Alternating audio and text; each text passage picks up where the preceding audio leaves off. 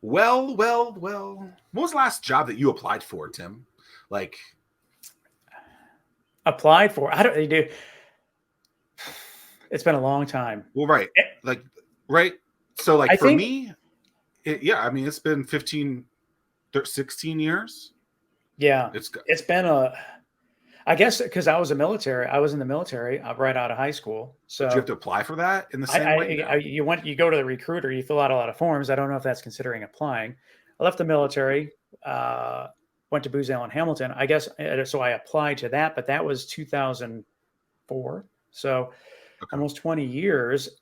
It was really strange for me just to even update a resume recently. I mean, that just I remember I got off. So I think the only job I've ever applied for is the TV job way back when. Got that in 07 and then never since. I remember one time, like, there was something that ODU was doing and they were like, hey, like there's this overseas opportunity. Can you put together a resume or something so that we can submit it?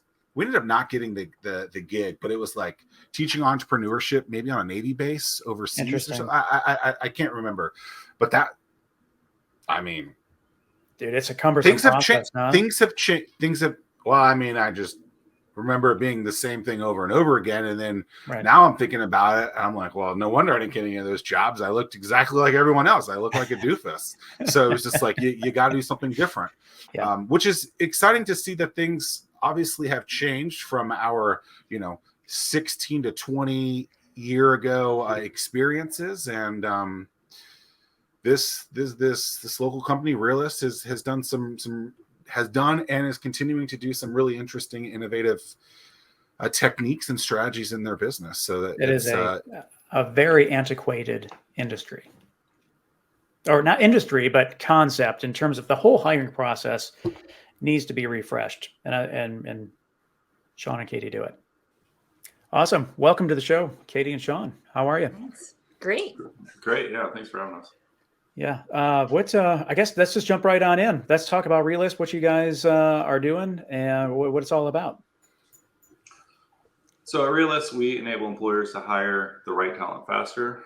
And we do that by using short form video and community. And so think 60-second or less videos.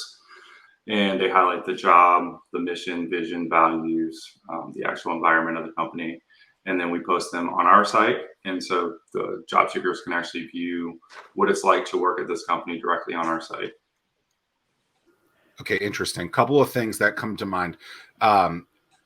Either in Hatch 2 or Hatch 3, our second or third cohort, we had a company that pitched something similar to this. But that was 10 years ago, so maybe a little early. A couple of things that I think about.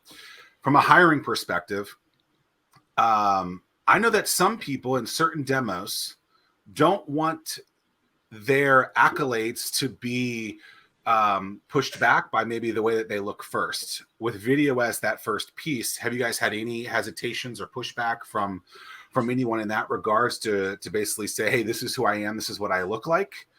Where I guess a lot of people want to show that resume, that cover letter, however you apply for a job these days, and not show maybe the face or who they are beforehand. So great question. So that's traditionally how this is done. And so we are actually not like that. We are 180 degrees different. So the employers post videos about their company, about their mission, about their vision, their jobs, their actual environment. So you get to see what it's like to work at the company. You get to see the people you're actually working with. You hear from, in most cases, your boss is actually the person doing the videos. And so you get to see your colleagues in the videos. You get to see the exact equipment you're using. If you have equipment, you get to see the actual working space you're working in. And so it takes everything that's in a traditional job description and replaces it with video. And so you get to see, and then you also get to catch the vibe of the company as well, which all these things is incredibly difficult to put inside of a job description in the time frame and the attention span of this next generation. Yeah, that's super interesting. So what Sean is, the reason we've switched it and what Sean is talking about is that there's this generational shift happening. So in less than 2 years, Gen Z and Millennials will be over 75% of the workforce. And that matters because it's a generation that operates in a very different way, and they need different strategies and tools to attract and engage them. And in particular, it's a generation that values authenticity. They value transparency. The attention span ranges from 8 to 12 seconds. And most importantly, it's a generation that gets 80% of their information from short form video. So we've tailored our solution so that companies can attract and engage these next very important segment of the workforce.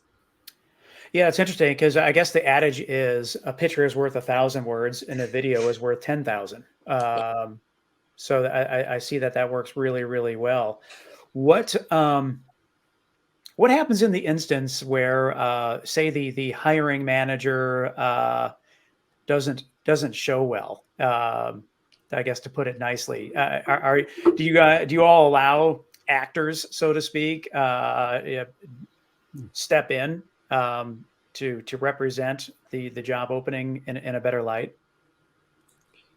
And so it's really up to the company what they want to put in the videos. We push for actually having the real employees in the videos. And so to date, all of the actual people in all of our videos are real employees that work at the actual locations. And so luckily we haven't faced that challenge yet. Yeah, it's just, and I'm sure that it's probably, when it does, it would probably be you all having that conversation saying, maybe you're not the right person, to be the one selling this opening. Well, we do have techniques for that. We do have people who are a lot more uncomfortable in front of the camera. And so one of the best techniques for that is to do voiceover. So we film them doing their job, and over time, they start to relax and they just do their work and they're talking to their colleagues and doing whatever. And then we do separately, we interview them, and they'll forget that the microphone is there because there's no camera, and they'll just talk about what they do and why they like it and what they enjoy. And then we marry the video with the voiceover. So that's been a really successful technique for that. I think that it's great. I mean, to me, it shows authenticity. And I think that the younger generation, that is something that they really appreciate, is authenticity. Mm-hmm. It's amazing what you can pack into 45 seconds. Agreed. Okay, so you hear a lot of news articles or broadcasts, or you hear people complain about talent these days, no matter what industry it's in, how they can't hire anyone, how the people that they do hire don't want to last there for a long time. They just don't seem to care. Do y'all see this kind of thing? Is there truth to it? What is the state of the market for talent? Because if you just follow what you hear on the news, there's 1 billion jobs available. No one wants to take them, and no one's working. And it just seems like, because I always wonder, okay, so where are those people working? Are they all just like Amazon drivers now? Because they can maybe pick their own hours. They all just want to DoorDash. It seems obnoxious to say that, but why wouldn't you want to go have a, quote unquote normal job? But there's so many jobs available that no one wants to take. It seems very odd. And is the narrative been spun? So yeah, what is the state of the talent market? So let me first start off that you're absolutely right. Huge problem. There are 10.5 million unfilled jobs in the U.S. today. It's costing U.S. companies an estimated $60 billion a month in lost sales due to labor shortages. Tremendous problem. So big problem. The good news is the talent is there. The Gen Z and Millennials, which are roughly 16 to 44 years old, they're hardworking. They are willing to step in and do the job. But I think that the disconnect is connecting the employers and the talent.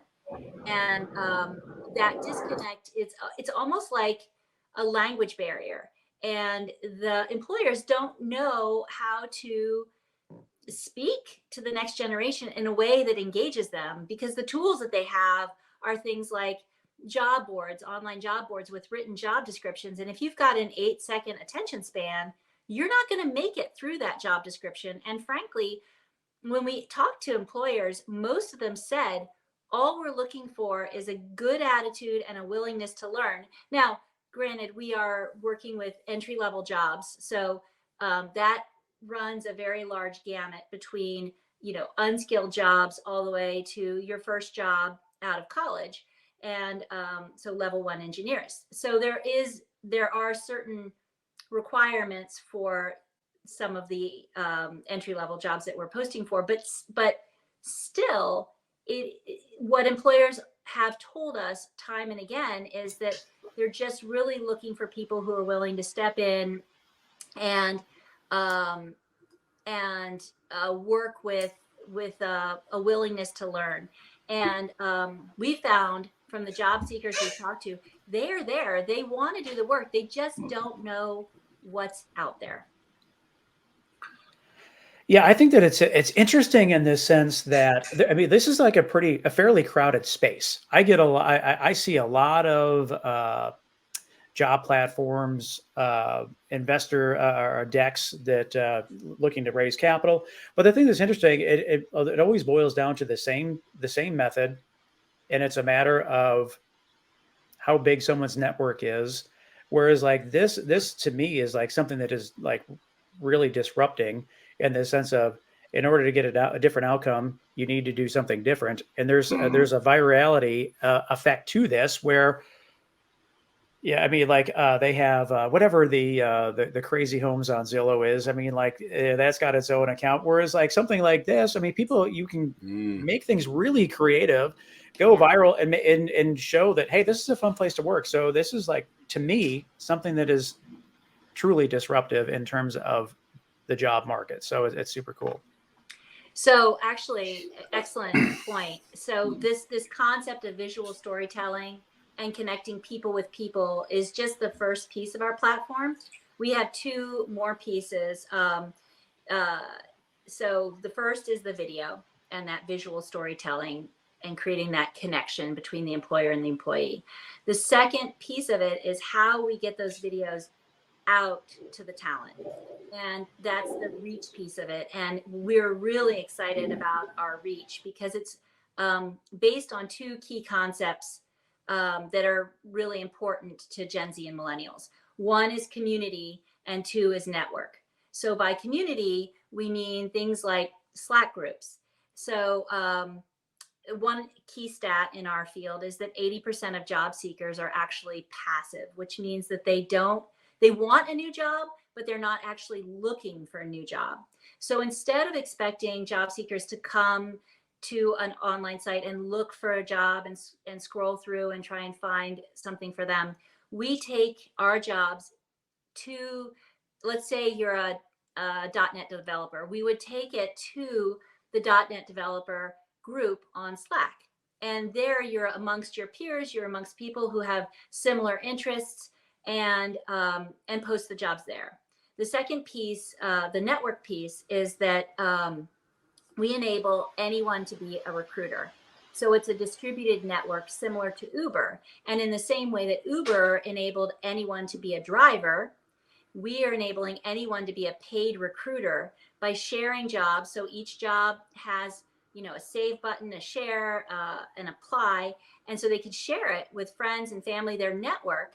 And the jobs that come with referral fees, they can earn that referral fee. So every employer we talk to offers referral fees ranging from $250 to $5,000. So you share it with your network of friends, they get hired, they're happy, the employer's happy, and you get a referral bonus of, maybe $500. So that's the virality effect of the distribution. The third piece of the platform is data. So we use data to inform both the video content and which messages are performing the best to attract the most applications. And then we're using data to inform which communities are driving the highest quality candidates that have the best fit with the companies. I remember a couple of years ago, I was working with Dominion Enterprises, and one of we got them to sponsor a ton of our events. And one of the main things that they did was like, hey, like, we want to be around people like you because you are attracting a lot of these people. It cost us 20 grand or so to find a new person. a new talent, and if we can make that cheaper by finding people through you, we'll sponsor all your events in the world. And I was like, all right, well, let's multiply that number even more. Like, let's go. But so it's interesting to hear that. I'm interested how did you two meet? So I was in the 757 startup studio down in Norfolk, and I was working on a different startup, and Katy was assigned as a mentor. And so she and I, we worked on this, and over the months I was like, hey, you're spending way more than the 30 minutes you're supposed to spend a week on this. She spent, I don't know, like 8 hours a week plus like on this. I was like, and this went on for around a couple months. And so it's like, hey, do you want to do this? And she's like, no, I don't want to do this. And then about a month later, she was like, you know what? I've been thinking about this. I cannot stop thinking about this. I want to do this. And so that's so the offer was still available then. You didn't backtrack. You weren't like, yeah, I wasn't necessarily looking for a co-founder, and she wasn't looking for a job. So it worked out. Yeah.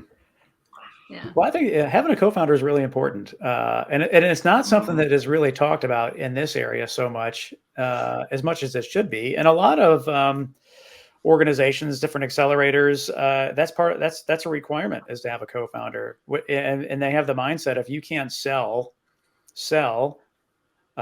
someone joining your company to be a co-founder, then you failed the first test. So, but to even so, like I saw that. Check. I agree that co-founders are important, things like that. But like, we used to do things like founder dating and trying to match the people together through Startup Weekend, through Start Norfolk, and I think the Startup Studios was doing something recently about it, and I just don't think that works. I don't think that you can pair people in that kind of way. I think it's a hot, sexy thing where it's like, oh, come here and we'll pair you together. Right. I don't think that works, because I think you have to have like intimate relationship. You need to have like realistic conversations with people, like be invested.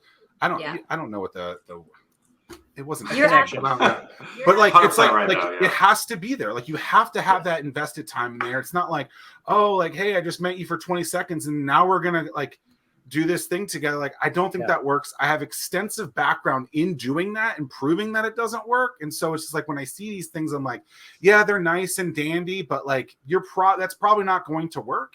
It needs to be a situation where it's like someone wants to be there. They do it for a while, 8 hours a week, like you said. And then eventually it's like, well, hey, maybe there's something more here.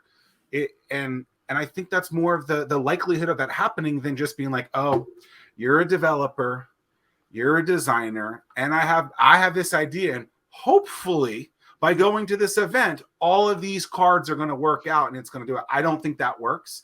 Maybe I'm wrong, but you certainly can't force the issue. No. But I think they try, and I think that's a very difficult thing. Yeah. So I'll say two things on that. One is, we never would have met if it hadn't been for Startup Studios. I don't think we ever would have crossed paths. So creating the introduction was very valuable to us. I mean, it was invaluable to us, frankly, because that was the introduction. But it was, Sean's willingness to set up the meeting and take the call. And it was my willingness to put in the hours and take the time. And like you said, we worked together for, 231 hours.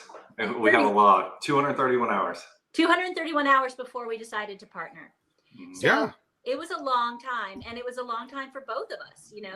It's his baby and it was my time. And that was big, but it's a marriage, right? It's not, it's, in a sense, yeah. I see Sean more than I see my husband right now. So Sean, sorry, husband.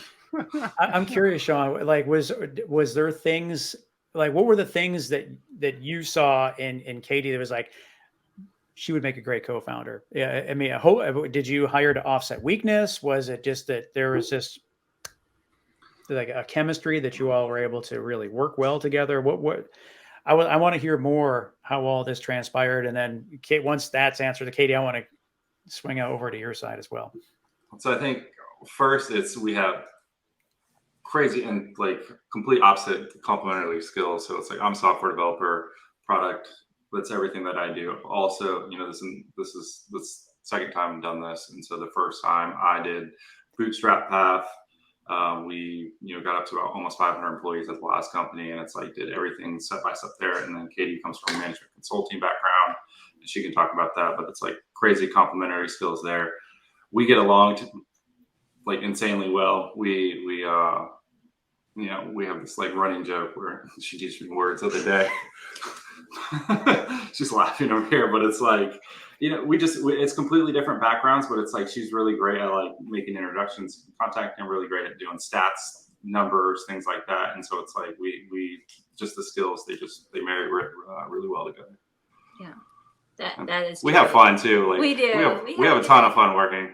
You're going to have a lot of hours with your co-founders, so you have to respect them. I really respect Sean. He is incredibly bright and incredibly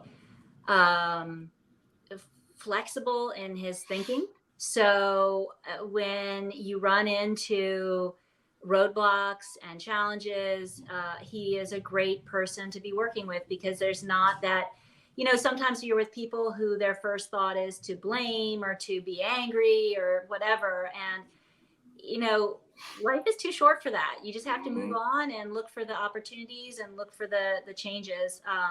So as great as Sean is, this is also a really, really great opportunity. And he came and he was telling me about his idea, and it's based off of, and he can talk more about this, it's based off of some work that he did at his last company. And it was incredible, the results he had, and he can talk about that in a second. But when we were talking about it, we realized that we have the opportunity in front of us to transform recruiting in the same way that Tinder modernized dating. And for the attention span and the needs and priorities of this next generation. And in the process created $42 billion of value. So, the idea was hard to pass up, as well as Sean. Yeah, because we remind ourselves, like, we have a lot of fun, but it's like, this is the fun part of the startup what we're going through, but and I think it's incredibly important to like the person that you found this with and you can get along with, because there's challenges every single day. Yeah. Every single day. Some days it's like, it's, oh, this is awesome, this is great, and it's like, oh man, this really sucks, and oh, this is great, and it's like 2 hours apart. It's just like, it's just, you get beat up a lot and you get kind of pushed up, and then you got to have someone by your side that really understands that and can support you there. Two-part question. Sean, where do you live? And then what was the other company that you originally met her at? So I'm actually folded at this point. Yeah, technically yes. And so that's it was actually cybersecurity compliance automation. So I guess to answer your first question, I live in Yorktown, and so got it. Right. Oh, so the same plans are going over both of you right now. I got you. There you go. Yeah, that's why I keep muting it. Like, you and Tim. Yeah. Because And I thought I was like, man, it seemed like we were listening to the same planes that. No, we got the same F-22 flying over. And then Sound of freedom, baby. Yeah, that's right. So I have a pretty decent background in cyber and software, and so I was doing a cyber compliance automation platform. That's originally what it was, and then it turned into like consulting, and then it was just like pretty much doing consulting. And I don't want to do that. I don't want to be a consultant. I want to build. I want to, drive value and really help people. And so talking to Katy too, it's just like, I think there's been a huge reception to difference between it. And I'm trying to think, in the beginning here, when we first started doing this mentor thing, I was talking to Katy about it. And man, I gave like this really terrible presentation, just to be honest, Katy. And it was like, it's just like, what are you doing? It doesn't seem like you're really into this and stuff. And I was like, you're right. Like, I've been doing this for a really long time. I'm not into the cyber stuff anymore. It's like, it's become incredibly boring to me. It's super repetitive, and it was just time to move on. And so Katy was actually one of the reasons why I decided to pivot prior to her starting a few months prior. And so I would love to I want to get into the, like, are you to the point now where you've ingested different algorithms, so that people, how do people see the different jobs? Is it, and like, so based on their algorithm, do they, will something reappear that the job is still open? Can people, like, do they have a slider in terms of they're looking for jobs that are more based on work, or is it more based on fun? Is it more, how do you all look at that, as someone's feed, if you will, is? So right now right now we just launched just a few weeks ago, actually officially launched just a few weeks ago. We launched the company officially in August. We got our first customers in September, October-ish. And as we were onboarding them, we started, we're doing entry-level jobs. And a lot of these companies, technically you're qualified for a lot of these jobs because they don't really have, it's just attitude is what a lot of these people are hiring for. And so technically you can do these jobs. So we have a very deep roadmap right now of features that are getting added. But right now we're tracking tons of data points, things like that. That way, in the future, we can really hone in on the types of jobs and things that these actual people like. Because one of our things is, to your point, is we have 2 recommendation engines we're building right now. So we're ingesting data to ensure that we can deliver on those. So basically, to add to what Sean is saying, the jobs are available on social media, and they are also, we're sending them to special communities. So one of our customers is Taste Unlimited, and one of the videos that they made was for basically geared towards working parents. And they have kind of the unicorn of kitchen jobs, where it's a kitchen job that has a great non-toxic environment, and it has working hours that are between like 9 a.m. and 3 p.m. or 5 p.m. at the latest. So for working parents, that's almost unheard of for kitchen jobs. And so one of the videos we made, like Sean is showing here, or someone is showing here, for Jasmine, it highlights that, or thanks, Zack. And that the beauty of that is we can deliver that video to communities like a Navy spouse community.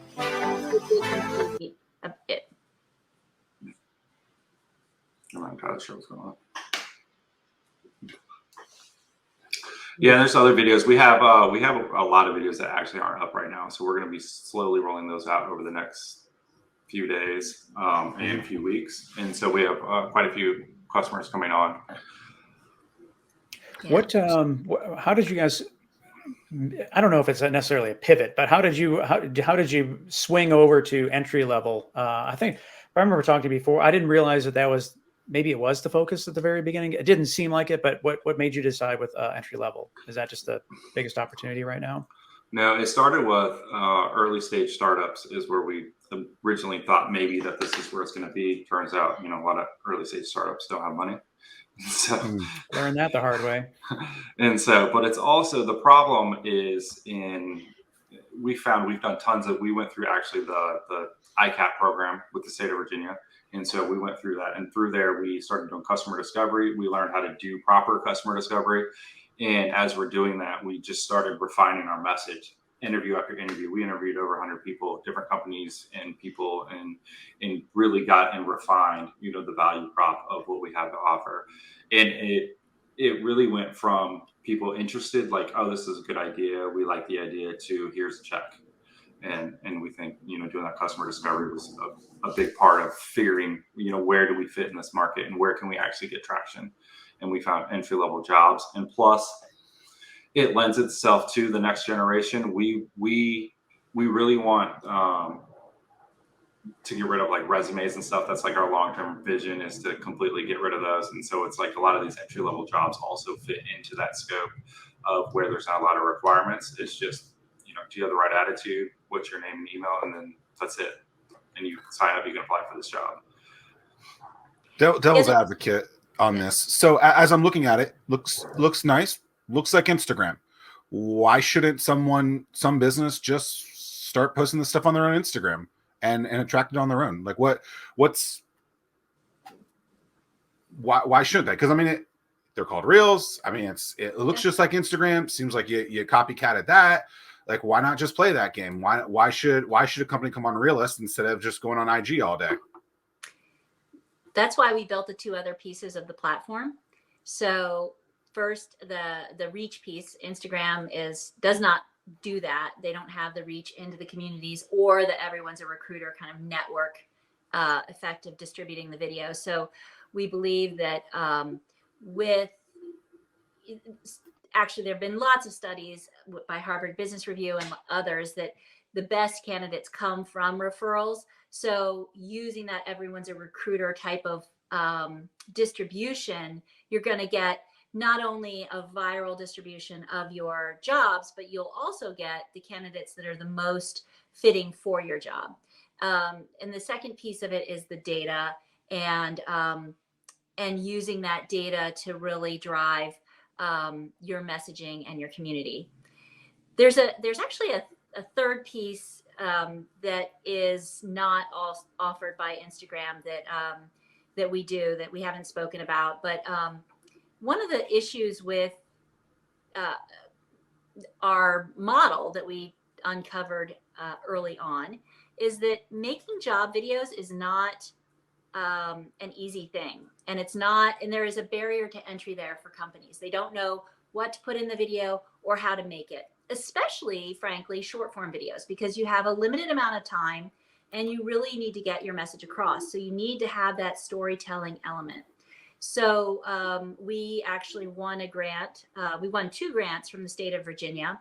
Our second grant is to build this content creator portal that is based on generative AI, like OpenAI, ChatGPT, and it walks employers through the steps to create their own videos. So using this portal, it's as simple as, answering a few prompts and then reading through the storyline that the portal recommends, getting the storyboard that the portal recommends, making a few tweaks, and then picking up your cell phone camera and making your video. So we are lowering the barrier to entry for companies to do that. So the AI aspect in there actually gives them something to say, something to do, where it's not just, hey, you should do this. This is right. I think a lot of times in the past, a consultant's going to be like, oh, this is how you do this thing, and then the person gets back to do it, and creatively they're like, I don't know what to do, because of something like given the procedure to follow, like a doctor would an operation. So I think that's pretty smart, because a lot of people do struggle with that, where they're like, well, I get that I'm supposed to do this, but I don't know what to do in this case. So exactly, and it's hard to find short form video creators. Honestly, there are a lot. Well, of a lot of people think it's really easy to create a quick video, yeah. And then you see it, and you're like, we were at a pitch. Tim and I judged a pitch contest a couple weeks ago, and what was it, 3 minutes, 5 minutes, whatever it was, Tim? Mm-hmm. And they all, half the people, maybe not half of them, several of them were like, oh, the time's up. I'm not even halfway through. It's like, yeah, like it goes quick. Like it's 90 seconds or 45 seconds, whatever you said the video was. Like, that's a quick amount of time. But if you think about it, commercials are 30 seconds, and sometimes they're only 10 seconds long. And so to be very succinct, you gotta be solid in there. It helps them find their voice, and then they can start making their videos themselves. I would say the last point to your devil's advocate would be people aren't following the companies that are looking to hire. Yeah, that's right. I was thinking that too. They're not following you. They don't know you exist in most of the cases. You have a density. I mean, people know that Reelist is where I want to go to find what I'm looking for. To find a job, yeah. If you're trying to get entertained, you go to Instagram, you go to TikTok, you go to wherever else, and it's like. But if you're here to look for a job and you don't want to scroll through hours of, job descriptions, you come here. So Tim said it's a very crowded marketplace for jobs. Knowing that, how do you drive traffic to your site then so that people can find them? So right now we do quite a few things. We're a startup. We do startup stuff. And so there's actually things that we can do here. And so there are certain ways we could make our jobs actually show up on traditional places like Google Jobs and Indeed still, even though the video won't play there, but they can discover us that way. We shove our stuff into communities. We'll manually send them certain places. We'll, automatically send them other places, things like that. But it's like, we're really focused on delivering for our customers right now. And so we're doing everything that it takes for that to happen. All right, when you say communities, are these places that are anticipating job board like stuff, or are they mom Facebook groups that you're trying to create a relationship with and not being that annoying person to send it? Because I think a lot of people think about, okay, go find an influential place, go post there, and that's great. But most of the people, if you're not actually interacting in that community or that group, you're not going to get the traction that you want. So how do you at scale accomplish that when ultimately you're spamming a group that isn't probably there for that reason? So yeah.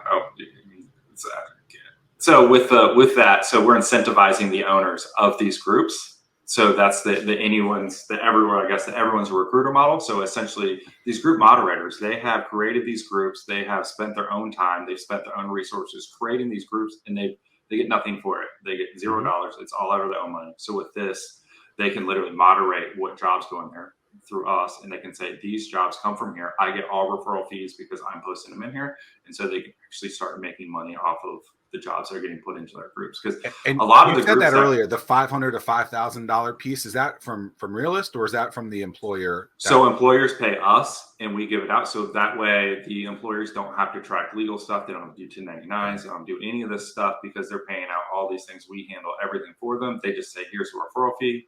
They tell us if the person got hired, and they set the limits. Either it's, day 1 it goes out, or day 90.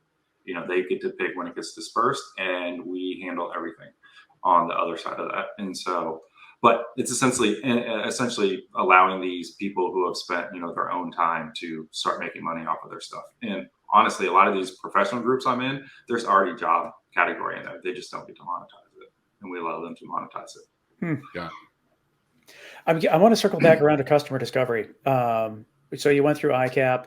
What was the biggest thing that you learned in terms of interviewing that you were doing not the best way? I don't want to say you're wrong, but what was the biggest thing that you learned that you're like, wow, we have a lot of early stage founders that listen to the show. So this is a great opportunity to share what you learned with them as they go into the customer discovery phase. No, we're 100% wrong on lots of points. No, we've been wrong quite a few times, but it's, admitting in identifying quickly where the things, your assumptions that you've made, and being able to, we wouldn't do just giant pivots, which is minor tweaks. And so we would say, okay, well, for example, we could say, just for example, entry-level jobs. We can say we started at the startup jobs. And then we realize, okay, what are the entries? We're not actually, don't have this problem because they're not actually hiring. So what can we do? We tweak it down just a little bit to maybe out of college, we see if the problem exists there, and then just kind of slowly iterate on just the minor assumptions. In ICAP, you also do like personas. And so there's little sections on the personas. Like if you go through that class, you'll know what I'm talking about. It's like characteristics about the actual person. So there's stuff on the CPG side, but we're on the SaaS product side. And so it's like we could just slightly tweak little sections. We wouldn't do big sections, and it resulted, like we said, from this is cool to here's a check. Well, and I thought something that was interesting, and we talk about customer discovery a lot. I think a lot of people just do the interviews. They think they're getting the right answer when actually it's not. And I understand why they do that practice, but I feel like if you're not going to get to that practice to do what you guys did, it's stupid, basically, right? Because you said basically people were great. This is an idea. I think it's great. But until those checkbooks came out, like those are the real people that you need to talk to. And that's really where customer discovery should be leaning towards, in my opinion. Because if not, you just have this thing that people think is Granby, but if it ain't paying you, then you just have a hobby. And so it was interesting to see that shift that you said that shift happened, like how quickly of those 100+ interviews did that happen? When did you start asking for that financial aspect of it pretty late? Like where was that in it? Because to me, customer discovery is irrelevant if you're not getting the money answer out of there with people who are actually going to pay it. Yeah, it took about four-ish weeks to finally get from when we started to getting the first check. I would say one of the things that really helped was figuring out where the barriers for our customers actually were too. It wasn't that the product radically needed to shift, because this product has always been pretty close to what it is right now. It's just there's minor tweaks, and our messaging has changed dramatically. But it is that our positioning in the market is what really changed. And so where do we fit inside of their current workflow? So also in ICAP, you go through what is for us, who is buying our product, who's the buyer, what is their daily work life like? So what do they do when they traditionally hire somebody, and where do we fit in that process? Can we improve any steps of that process? Do we replace any parts of it? Are we just an add-on and things like that? So our actual positioning in the market is like doing that customer discovery. We started slowly shifting left out of their workflow, and that allowed us to be essentially, you can use us without changing anything in your current workflow. And so that really changed a lot of things for us, like that mixed with a lot of little minor tweaks, but doing that slow iteration to figure out why are they saying no. So interestingly, we started Reelist mid-August, and our of 22. Yeah, 22, and we so 22 August like I don't know 16th 17th, and we conducted our customer discovery then, and we really learned a lot from the open-ended questions that we were asking that ICAP taught us to ask. Tell me about your hiring. Help me understand the challenges you face and what your hiring process is like. Those types of questions. And then at the end of the interviews, they would typically ask us what we do, and we explained Reelist. And what was so amazing to us is that we got overwhelmingly positive feedback. And in fact, what we noticed is that a lot of the people that we were talking to were changing we randomly noticed it on one, and then we started looking for it, and we realized that the people we were talking to were changing their Instagram posts based on our conversations. So when we had follow-up calls with them, we were really feeling pretty good about it. But the ultimate test was that these companies that we were talking to were really willing to work with us. And our business model is an upfront subscription. It's an annual subscription for the platform, and then ad hoc fees for video production if we create videos for them. And they were willing to take out their checkbook and pay upfront for the platform. And 4 months after we had started the company. So that was really exciting for us. And just to give you a little bit more sense of that timeline, then in September, October, November, we were part of 757 Accelerate. We were lucky enough to get a spot among their accelerator program. And we've just continued onboarding new customers and launching their videos. So it's been an exciting and really overwhelming ride. A lot of work. Yeah, it's been moving fast. I think just our first question in customer discovery was, how do you hire? I just went and looked. That was the question we always start with. How do you hire? They know nothing about us, like 90% of the time. And so it's like, how do you hire? That's the first question. And they just talk. I bet that they're probably been in cruise control on that process for so many years that they don't even think about it anymore. Yeah. It's like, what systems do you use? What processes? What platforms? What do you do? And and it gets real deep, like real quick. Yeah. And interesting you say that, Tim, because I think they had been on cruise control for a long time, but in the last year or two in particular, that cruise control was not working. Right. And 100%. we had over and over and over again, we heard that just wasn't driving candidates. What changed in that? I think it honestly, I think it had to do with two things.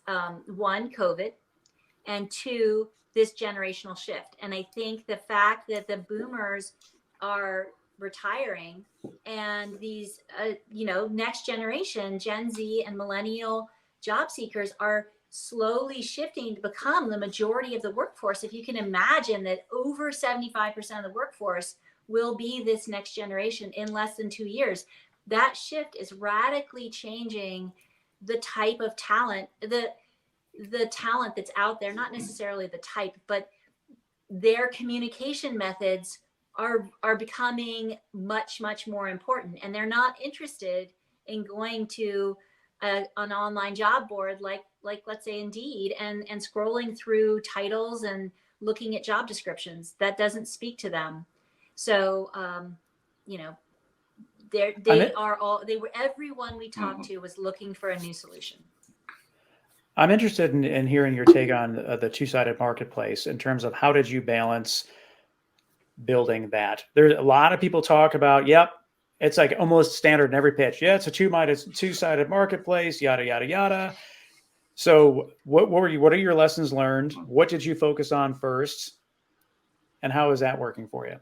Sean, do you think you could take a step back and talk about how you got the genesis of this idea? Because I think that is really valuable in understanding two-sided marketplace for us. Yeah, so at my last company, we did certain things to hire, and so we had one part-time recruiter hired tons of people, over 1,000 people, and it's with that. Some of the things that we did was we went into private groups, private Facebook groups, things like that. We offered these referral fees to everyone, not just the people in our company, and so essentially, these people in these groups would find the talent for us. They would get money. We would have the positions filled. Our overhead was low. We're in defense contracting. And so, keeping the cost controlled is incredibly important to win. We won over 90% of our contracts, and just keeping these costs low was one of those key parts to that. And so that's kind of the basis, of this mix with the current trends in the market. Like I saw this, what really triggered this, I saw this guy, he posted a video about this product he made, and he's like showing it off. And I was like, that'd be so great to be able to see this as, instead of a resume, to see the actual work that they're doing, especially for these creatives and this stuff, and switching that, but the other way for the actual job seekers to be able to see this about companies. And that's kind of, this path, that's kind of where this idea originated. So, yeah. And the cool thing is that like Sean was saying, he had to hire over 1,000 people with very limited resources. So he was part of the employer at that point. But what was also cool is that they had to hire really rare talent. They had to hire like needle in the haystack type talent. There's 190 people in the world that do this one type of job, and they had to hire 50 of them. And so with the combination of the referral fees and using community, so that community and network reach piece, you overcome that second part of the double-sided marketplace. So the employers are there. They're interested. They have a problem. They are good for a new solution. Getting to the job seekers is all about the reach. Yeah, and so I guess answer your other question, who we focus on the people paying us first, because they're the ones we drive value to. They're the ones writing the checks. So that's the side of the marketplace. We from day one, we have not neglected either side, but it's like we need to make sure we really deliver for the person writing the check to us, but we also simultaneously need to engage with community. We need to start building this side up because they need to align at once to get over that critical mass and start really launching into space. So because you guys are a platform that video is involved with, it makes my next question a great one. So if you have 30 seconds and $10 million to run an ad on last year's Super Bowl because it'll be $12 million next year in the Super Bowl. What's the ad? What's the Reelist ad to get in front of 117 million people for you guys to introduce Reelist to the world? What's the Reelist Super Bowl ad? First, I would probably go to like Mr. Beast. You see his post where he was like, "Let me know if you want to do this for less than $7 million. I'll get in front of over 100 million people." I feel like that's more our target demographic. He lives 2 hours from here. He lives just like in Greenville, North Carolina, or something like that. Yeah. Which is crazy in itself. So here's the interesting thing about your question. Yes. And it goes back to our earlier discussion. Short form video needs to be planned, and there needs to be thinking behind it in order to make it really good and to create that visual storytelling. So I think the ultimate answer is that we would want to tell the story of Reelist, but we would need a lot of hours to plan out how we effectively tell that story. But in short, we enable employers to hire the right talent faster with short form video and community. That's our 5 second, our one liner that we tell people. Yeah, but that's probably not the Super Bowl ad. No, I think we would do something real humorous. I think keep it light. Do you ever look back at things like Vine 6-second videos? I think there's been some other ones out there as well. I can't remember, but I mean those things. Wasn't Vine where the Paul brothers got big? Like it's like, do you ever look at those things and say, okay, like how can we get better or teach people from other videos that were 6 seconds long? Like, do you use that for inspiration? Is there anything like that? Like, how do you look at other platforms that have done well, maybe have not done well, but have done short-term stuff, short form stuff to better your education on the topic? Yeah, so we definitely, like, as far as competitors and stuff, we try and say not to look at them too much, but we do look at like TikTok. We look at stats on platforms like TikTok and Instagram to see really what are the stats that are important to us, like what's the length of the video, what are the drop off rates at what portions and stuff. There's a little bit of correlation there between the traditional sides. I think what's interesting too is going back. We're actually not technically we're the first person to do short form video, but there was another platform that did long form video pre-COVID, and it did not work out. And so we really dove into why did that not work out. It was one of the largest job boards in the world that did it. I think they're the second largest or maybe third. They did it and it didn't work. And so we really dove in and tried to figure out why did it not work for them. And one of the things, that we discovered was that they were doing long form video. This is pre-COVID. And so we think, during COVID, like people were bored at home. TikTok became insanely popular during this time. People started making videos. Everyone got really comfortable on doing stuff like this over video and Zoom. And so all these little shifts adding together, the time's right. Perfect storm. Yeah. What's the best way for employees to get in touch with you?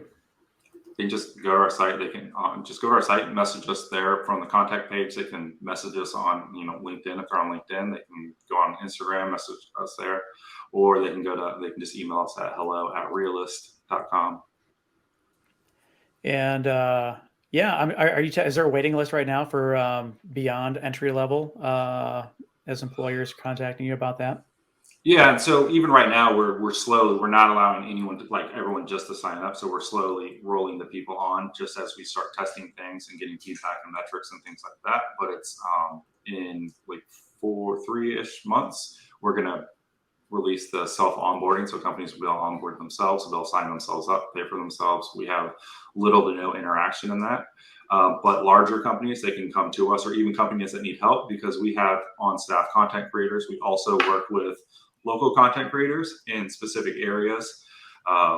Maybe like if we don't do hospitality type videos, but we have content creators that are experts in hospitality, food service type videos that we work with. And so, we can help them out with finding even content creators to help them film their videos, whether it's us or somebody else too. That's awesome. And just to be clear, I don't know that we mentioned this. We want employers to make lots of videos. That's why we want to lower the barrier to entry of videos, just so that, you can tell different messages in different lengths of time. You might want to tell a message about your hours. You might want to give a message about one of the companies we interviewed gives a clothing allowance. So you can imagine a 5-second reel where someone's standing in their street clothes, flips around, they're wearing their new clothes that they bought with this clothing allowance from the company, and, you know, a little thank you note underneath, you know. So so we want to encourage that multiple video per company to tell all their stories. Yeah, I think that brings up another point where I think we didn't really touch on. And so traditionally what happens on job sites is that when companies need to hire, they turn everything off. They disappear. They completely disappear when they're not hiring. When they need to hire, they post something real quick and they're like, oh, we need to get people. And then it's, you know, really hard to find somebody, or maybe they don't get the best person. They turn it off again and then they turn it back on. So with Reelist, you post your stuff, you leave your job videos up, you leave everything up always 24/7. I mean, you can replace the videos or take them down if you want, but it's like, you just say, we're not hiring for this. But in the sense, in the future, if we do need to hire for this position, you can save it. You can get notified the second we open this back up. So you can always stay engaged with this company, and companies can always keep, you know, their applicant pool warm and not essentially start over every single time, which is insane to me. It's great advice. I think that's networking 101 advice, but I don't think people talk about it. I think that when they need something, they go and bombard everyone instead of just keeping that relationship going throughout time. Yeah. And so to me, that's a no-brainer. But I mean, I love that you guys are implementing that and really encouraging business to not turn it off when they're not hiring, because there's a pool of a ton of people that can learn about them during that time. And maybe that next hire is just 2 weeks, but if they turned it off, like you're screwing yourself. So I appreciate that. Is there anything that you guys want to talk about that we haven't talked about?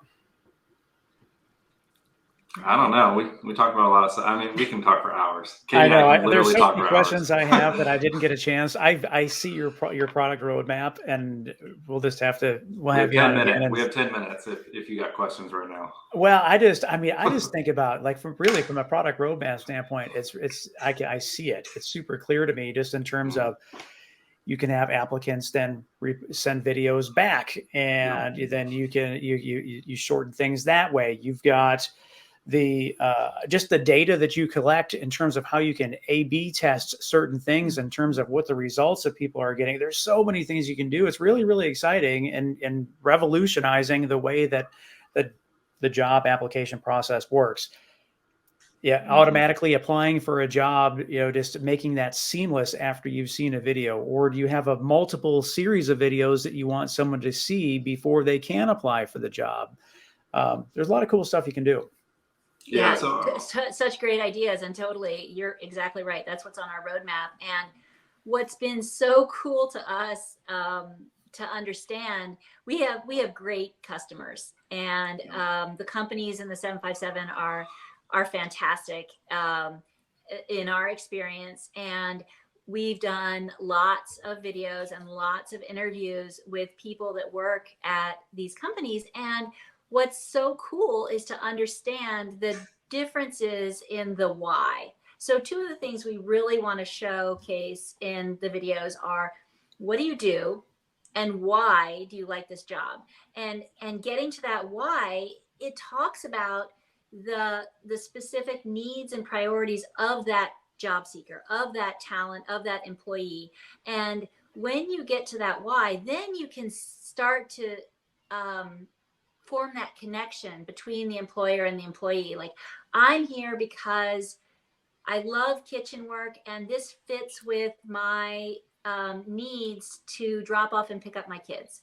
Or, you know, I like to be innovative and creative with my food, and I'm learning how to be a pizza chef. And what's really neat is seeing the variations in what people want on their pizza, and I make the dough and the starter, and it's always exciting and different in that way. And then we've had people who say, you know, I love this job as a floor technician because I get to put on my headphones and listen to music, and no one's over my shoulder, and I'm just doing my thing all day long. It's very peaceful and relaxing. So the fact that there are these great employers here, and that there are all of these different kinds of jobs that fit with different personalities, different needs and priorities, is just really exciting. It's been fun. Yeah.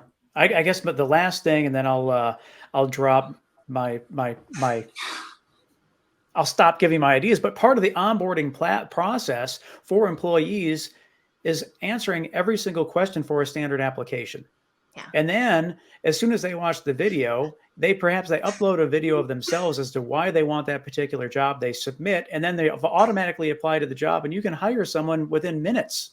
I mean, it just remember me. Yes. Exactly. Yeah. We have lots we of heard ideas. it here first on the Fervent 4 right now. Yeah, right. It's we got that timestamp. We got it. I think one of the things too, like for a lot of early stage founders, like just launch. Oh yeah. Nobody cares. Just launch. Like the product's not where we like literally what our site is. Just be 100% clear. Our website was made in like 24 hours. The actual, not like the job side of it, but like the main outside was made in less than 24 hours. We just put it up. We're actually rebuilding. We have a new site coming up. Our long-term goal is to be, when you come to Reelist.com, you go straight into the videos. Once we have thousands of customers and thousands of videos right now, we're just, because I would imagine that 90% of the application questions are exactly the same. There might be a couple outliers. So if somebody was more interested than that. I mean, So like when you're on board as an employee looking for work, you could have their application already done. I mean, it's just like once they're onboarded, and you can really shorten that cycle to be almost instantaneous. So some of the things we're doing, we don't really talk about are we're actually helping long term on our roadmap is helping job seekers. Essentially, we have a place we're building that is as you answer these questions, they get saved automatically, and so you get to save all your different little applications, so you don't have to keep making it over and over and over for the employers that require the full, a little bit more details. It just autofills. And so, because the interesting thing is, and I guess this is to your point, like my daughter, she had to submit a video for her summer internship, and she didn't think anything of it. She thought nothing of it. And meanwhile, when she was like, I just submit a video, and I was like, wow, that's crazy. So if the request is already being done going in that direction, it's a hot topic on Reddit. Like if you go look like in like different places, there's people that completely despise it, and there's people that are all for it. Well, that's my first question, right? I mean, it was some people are against 100%. So we have thought about that when we get to that point, that stage in the roadmap, we have ideas on ways you could use an avatar, or you could use not a video of yourself, or and just show your hands or whatever. We do think that it's actually super powerful because there's no better way to know that someone's good at let's say coding. If you ask a couple coding questions and then they talk about it, or they show how would you do this, and you show yourself doing it on your hands doing it or whatever, but there are challenges with that, and that unconscious bias that we need to allow for, and preferences. As we start rolling stuff out, we're doing all we can to eliminate all unconscious bias. We're redacting universities, stuff like that, like groups that you belong to, things like that, because none of that stuff matters. And when you're making a hiring decision, it's just, and you're right, Sean. Do Do you have the degree? That's all you need to know. Right now, you guys did the right thing. You launched, and then you can continue to add these features. But the big thing is launching, getting out there, getting people on the platform. Super exciting. Yeah, we're super excited. We're pumped. We think this is the future of the job market. Yeah. Well, we appreciate your time and continued success. Thank you so much. Thank you for your time. Yeah.